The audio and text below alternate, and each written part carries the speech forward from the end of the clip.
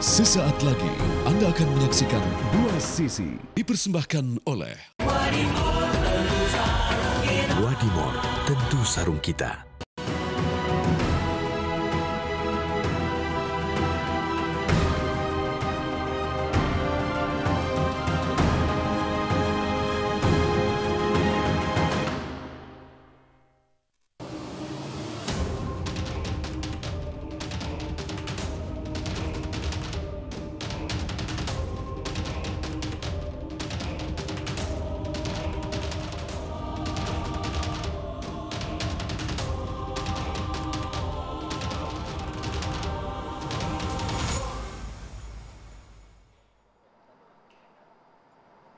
Selamat malam pemirsa, apa kabar Anda? Saya Dwi Anggia kembali hadir ke hadapan Anda malam hari ini di Dua Sisi. Pemirsa, Anda sudah menyaksikan secuplik tadi tayangan di awal kontroversi mengenai Al Zaitun yang masih terus berlangsung hingga saat ini. Ada nama Kepala Kantor Staf Presiden atau KSP, Jenderal Purnawirawan Muldoko yang dituding membackingi dalam tanda kutip Pondok Pesantren Al Zaitun, dan tudingan ini pun disampaikan secara terbuka oleh pendiri Yayasan Pesantren Indonesia, di mana Yayasan Pesantren ini yang menaungi Al Zaitun pada awal dibangun. Ada Pak Imam Suprianto. Lalu bukti apa kira-kira yang dimiliki oleh Pak Imam sehingga saya boleh bilang cukup berani menuding dan menyebut nama Pak Muldoko yang membackingi Pondok Pesantren Al Zaitun. Saya akan membahasnya malam hari ini. Saya sudah undang Pak Imam Suprianto dari Yayasan Pesantren Indonesia. Selamat malam Pak Imam. Selamat malam. Boleh digunakan mikrofonnya. Selamat malam. Terima kasih sudah Terima hadir. kasih. Terima kasih. Dan di sebelah kanan saya ada Mas Ihsan, ini alumni Pondok Pesantren Al Zaitun sampai tahun 2006 ya? Sampai tahun 2006. Ada 6 tahun Anda di sana? Benar, dari tahun 2000 sampai tahun 2006, 6 tahun. Oke. Nanti kita akan berbincang Bapak-Bapak mengenai khususnya tudingannya Pak Imam nih. Ini menarik sekali karena saya bisa bilang Anda cukup berani Pak Imam menunjuk nama seseorang yang membackingi Pondok Pesantren Al Zaitun. Apa kira-kira yang membuat Anda begitu yakin? Nanti saya akan ke sana karena saya akan menghadirkan terlebih dahulu. Ini jawaban dari Pak Muldoko, pemirsa.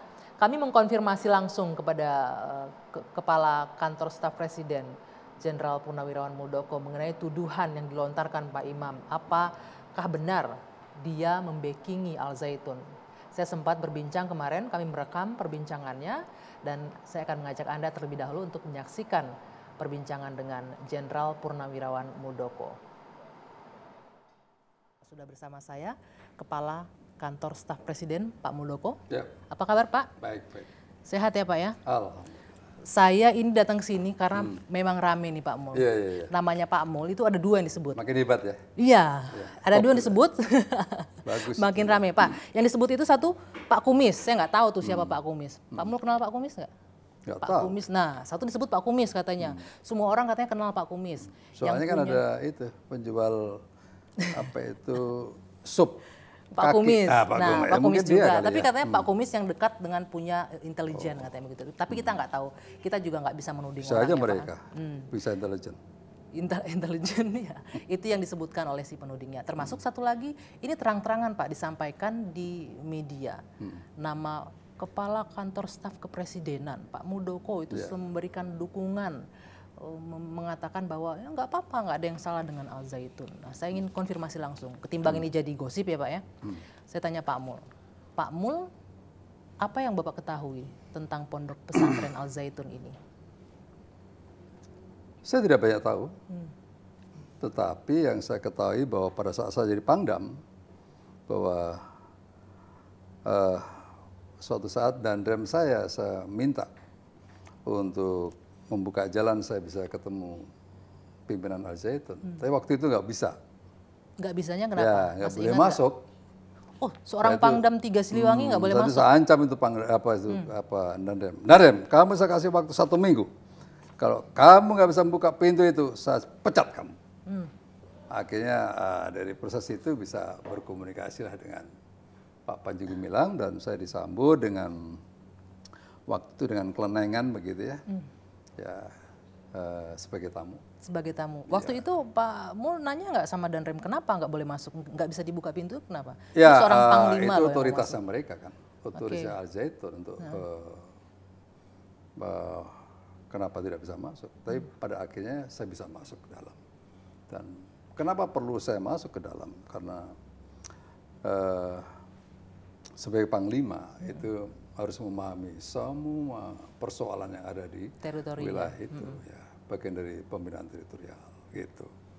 Sehingga nggak ada cerita itu sebuah ruangan nggak boleh dimasuki dari seorang panglima Oke. pesantren. Nah gitu. Pas Waktu sudah itu. ketemu Panji Gumilang, Anda sempat nanya nggak kenapa sempat tertutup, kenapa akhirnya boleh masuk dan bertemu itu sempat? Biasa dia bercanda aja. Sebenarnya nggak ada yang tertutup gitu. Tapi setelah saya masuk ya semuanya menjadi terbuka kan begitu. Itu pertemuan pertama dengan Dan Panji Gumilang. bagi saya waktu itu bukan hanya Al Zaitun yang saya datengin, semua pesantren saya datengin untuk apa itu mendistribusikan persoalan wawasan kebangsaan. Oke, memang ada misinya Iya untuk di itu ya. Tasikmalaya. Awalnya memang banyak yang resisten, gitu.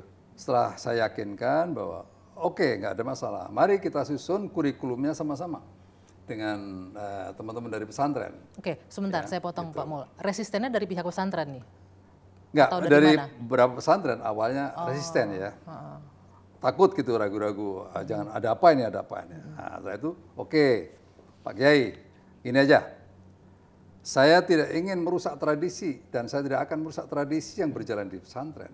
Tapi saya juga tidak ingin apa yang kita berikan itu nggak sesuai dengan apa yang diinginkan oleh pesantren. Nah, mari kita susun kurikulumnya sama-sama di Kodam. Waktu di Kodam, kita undang ke Kodam. Nah, setelah itu baru kita lakukan apa itu wawasan kebangsaan dengan semua unsur ya, ada TNI, Polri, berikutnya ada kejaksaan dari pemerintah daerah gitu ya, semuanya ikut terlibat menangani itu. Dan anehnya awalnya dapat resistensi, untuk berikutnya itu semua pesantren minta, malah kita kalang kabut itu. Jadi memang sesuatu yang baru perlu sosialisasi. Ya, gitu. Nah, ketika itu berarti Anda berinteraksi langsung dengan Panji Gumilang ya Pak Mul ya? Menangkap mungkin ada yang, memang kita nggak bisa bilang 2 jam bisa tahu semuanya isi pesantren kan nggak bisa ya, nggak cukup dengan 2 jam, harus ada di sana waktu yang lama untuk menganalisa benar nggak ada penyimpangan di sana. Tapi selama Anda di situ sebagai Pangdam dan bertemu dengan Panji Gumilang, ada nggak laporan atau mungkin informasi yang masuk ini ada yang salah nih dengan ajaran dalam? Awalnya kan kita mendengar bahwa persoalan NII lah bertumbuh dari apa Al Zaitun dan seterusnya. Untuk itulah saya berkepentingan untuk lebih mendalami situasi itu, kan begitu. Berarti sudah dengar ya ada terkait dengan NII? Oh ya, Al pasti Zaitun ada. Itu juga yang menyebabkan Anda bikin kurikulum, Kodam bikin kurikulum? Iya, kita kebangsaan. ingin bahwa persoalan wawasan kebangsaan itu menjadi bagian yang Dipelajari di pesantren? dipahami oleh teman-teman di pesantren kan begitu. Terus apa yang terjadi di Al Zaitun itu kan kita tidak bisa day by day mengikuti kan begitu. Tapi setidaknya ya misi saya untuk menyampaikan, mendeliver persoalan-persoalan kebangsaan ke dalam itu bisa dilaksanakan. Gitu. Itu pertemuan pertama dengan Panji Gumilang. Kemudian kita dengar juga Anda juga sempat diundang 2018 ketika awal 2018. Ya, kapasitasnya apa waktu itu kita diundang memberikan ceramah sekaligus menancapkan apa itu pada saat Pak Panji Gumilang itu membuat waduk ya. Karena untuk pertanian di sana cukup luas ya. Untuk menampung air hujan. Yang saya lihat ya, saya juga waktu itu ikut melakukan kegiatan itu. Mencanangkan satu apa itu pilar itu patok ya, karena dari situ pembangunan akan dijalankan.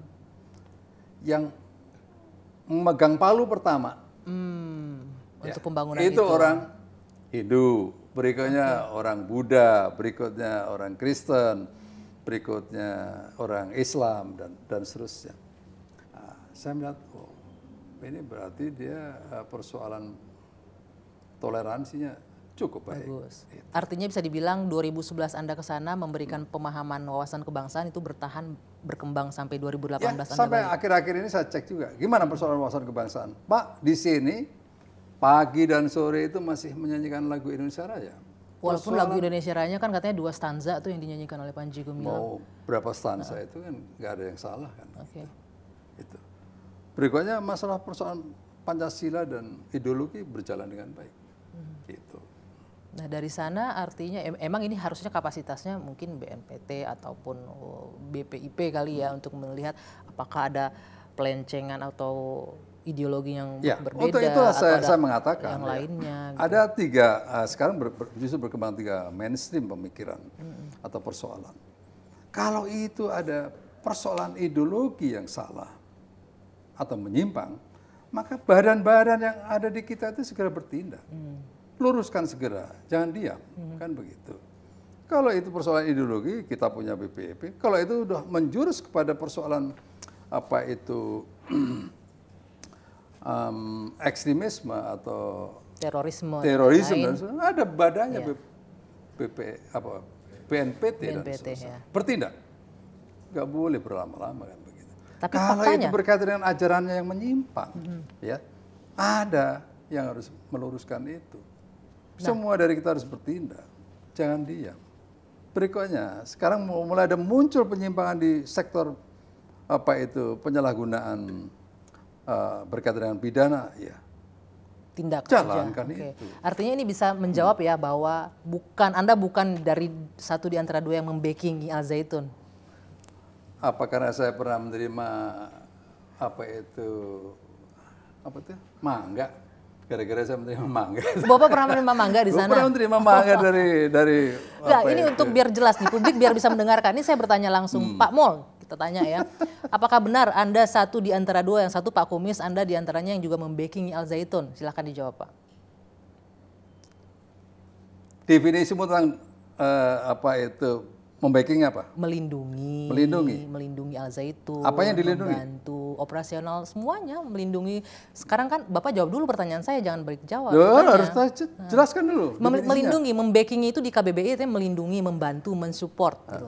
Kalau orang membackingi, itu mesti dapat sesuatu. Apa karena saya dapat mangga, dibilang membackingi, kan begitu aja gampangnya. Saya membackingi sesuatu, pasti saya mendapatkan sesuatu dari itu. Preman, lu mesti setara sama gua. Dia nggak pernah setara sama gua. Asosiasinya langsung preman ini ya. Lu harus begitu dong. Oke. Backing, Kalau harus kalau clear. dijawab iya tidak, Hah? iya atau tidak? Oh tidak. Tidak, ya, itu apa jawabannya. yang saya harus backingi? Gitu. Apa kepentingan saya kepada mereka? Harus jelas itu. Jadi orang yang ngomong itu harus jelas itu. Mendefinisikan dalam backing. Oke. Gitu. Jangan lagi ngawur lagi ngomong. Itu Pak Muldoko yang mengerahkan polisi. Itu dasarnya dari mana? Ya. Nah, dengan pernyataan yang tidak berdasar, apakah Anda melakukan tindakan atau langkah hukum Ya, dengan itu? Atau? saya mengatakan, saya bisa marah. Saya bisa marah. Kemarahan saya sampai di mana? Nanti lihat saja. Kalau sudah gak terukur, saya akan gila. Kan begitu aja. Sekarang masih taraf terukur ya, Ya, masih kalau bisa masih ditolerir lah bisa, ya. Tuduhan-tuduhan jangan yang nggak main-main beralasan begitu. gitu. Ya. Sepakat nggak kalau dibilang ini tuduhan? Sepakat nggak Pak Mul kalau dibilang ini tuduhan-tuduhan untuk Anda yang nggak Ya beralasan? itu sebuah tuduhan yang nggak masuk akal. Gitu. Oke. Ya. Pertanyaan selanjutnya Pak Mul. Tadi Anda bilang 2 kali ke Al Zaitun ya berarti ya. Selepas dari itu nggak ada lagi. Atau pernah Nggak. berkomunikasi nggak? Terus apa pertanyaanmu mau kemana? Mau konfirmasi nih, saya bawa berkas. Oke. Uh-uh. Sekarang saya ingin tunjukkan banyak orang yang ke sana. Oke. Ya. Ada ini Pak Edi Baskoro Yudhoyono pada tahun 2011. Ya. Kenapa lu nggak tanya sama dia? Ini karena saya mau nanya sama Bapak. Nah, Kalau ada kesempatan berikutnya, mungkin saya akan oke. tanya Ada Pak juga. Yusuf Kala pernah Ya. ke sana. Banyak, Malah, ada Pak Harto iya, juga, 2 ada kali. Pak Hendro Priyono ke sana mewakili Bu Mega. So what? Kenapa mesti Bertanya, begitu. selebih dari 2 kali apakah Pak Mul ada ke sana? Karena Iya. ini, kami mendapatkan informasi nih Pak Mul. Ini berkas, saya harus disclaimer dulu ya. Iya. Berkas ini saya dapatkan dari mantan santri Al Zaitun. Iya. Kami harus merahasiakan identitas narasumber itu dilindungi oleh kode etik jurnalistik dan undang-undang juga. dia mau bercerita asalkan identitasnya dirahasiakan. Dia memberikan ke kita Pak Mul. Saya ini sifatnya untuk mengklarifikasi. Oke, ya. Catatan mengenai di sini ditulis ada Hanura tambah Muldoko di sini ditulis Pak. Saya ingat Pak Mul itu kan pernah jadi Dewan Pembina kalau nggak salah di Hanura ya Pak ya, 2018 kalau tidak salah.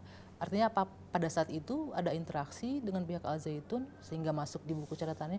Kami sih belum bisa dengan jelas nih. Saya nggak lupa. Yang jelas saya pernah ke sana.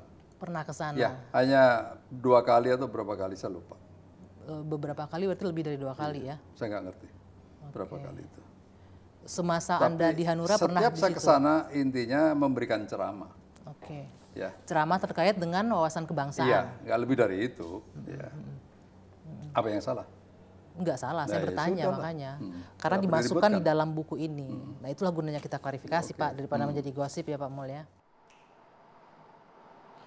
Ya itulah jawaban Muldoko mengenai tudingan yang dihadapkan kepada dirinya bahwa ia membackingi Pondok Pesantren Al Zaitun. Saya akan langsung berbincang dengan narasumber di sini. Malam hari ini sudah ada orang yang menuding langsung Pak Mul di sana. Ada Pak Imam Supriyanto. Pak Imam Supriyanto ini adalah pendiri Yayasan Pesantren Indonesia. Yayasan Pesantren Indonesia ini yang menaungi Al Zaitun ya Pak Imam ya. Boleh digunakan mikrofonnya Pak? Ya, Yayasan Pesantren Indonesia yang menaungi Al Zaitun. Itu berdiri tahun 1994. Oke, Juli 1994. jauh sebelum Al Zaitun ada ya. Kemudian Iya, didirikan Al di Zaitun baru 1998 98. menerima murid. Oke. Peresmiannya Agustus 1999. Oke. Iya. Nah, pertanyaan saya tidak mengenai Al Zaitun lagi nih Pak Imam, tapi mengenai tudingan yang Anda lontarkan ke Pak Muldoko. Tadi kita sudah sama-sama mendengarkan bagaimana dengan jelas Pak Muldoko menyebutkan saya tidak membackingi. Saya dapat apa kalau membackingi? Apa karena saya terima sebuah mangga, terus saya dituding membackingi Al Zaitun, begitu katanya. Sepengetahuan Anda, seberapa sering dan apa bukti yang Anda punya sampai Anda berani berbicara di hadapan publik, di media massa, di TV nasional bahwa Pak Muldoko adalah orang yang membackingi Al Zaitun? Saya ini sekarang sebagai pengurus Partai Prima. Sebagai anggota Badan Pembina Partai Prima. Ketuanya itu Mayor Jenderal Purnawirawan Raden Gautama Wiranegara. Kemudian saya juga sebagai penasehat Front Jihad Islam. Jadi kemudian pendiri dan ketua dari Front Pembela Rakyat Nusantara. Oke, kaitannya apa dengan tudingan Anda dengan Pak Muldoko? Iya, jadi Buktinya apa yang Anda saya di masyarakat tetap sebagai aktivis. Oke. Jadi banyak informasi yang saya dapatkan tentang bukan saja persoalan Zaitun, tapi persoalan-persoalan yang lain gitu ya. Jadi ketika saya sampaikan, itu kan Mas Andro minta sebagai wartawan di TV One pada acara catatan demokrasi, Mbah Imam coba kalau Mbah Imam tahu siapa backing di Al Zaitun, ya setahu saya selama ini yang sering dibicarakan di kalangan elit itu awas jangan mainin Al Zaitun loh, itu punya Pak Kumis gitu kan. Orang-orang jawabnya begitu ya, saya hanya menyampaikan aja. Betul. Kemudian yang kedua, Pak Muldoko. Orang kok kalau urusan dengan Zaitun selalu berbenturan dengan polisi apa? Ya mereka kan punya Pak Muldoko gitu. Yang membukakan akses polisi dari Yang ngomong Polres. itu siapa? Mereka punya Pak Muldoko, itu siapa yang ngomong begitu? Semua orang-orang yang di kalangan elit itu ceritanya begitu. Kalangan elit ini apa? Politisi, polisi? Ya polisi, artinya politisi yang sering saya bergaul kalangan aktivis ormas dan sebagainya gitu kan. Udah cerita kan yang paling sering sekarang Pak Muldoko ke sana itu. Oke, masih belum puas. Nanti kita lanjutkan Pak Imam. Apa bukti konkretnya selain Anda terima hanya dari omongan orang-orang? Usai jeda, kami akan lanjutkan Dua Sisi saat lagi.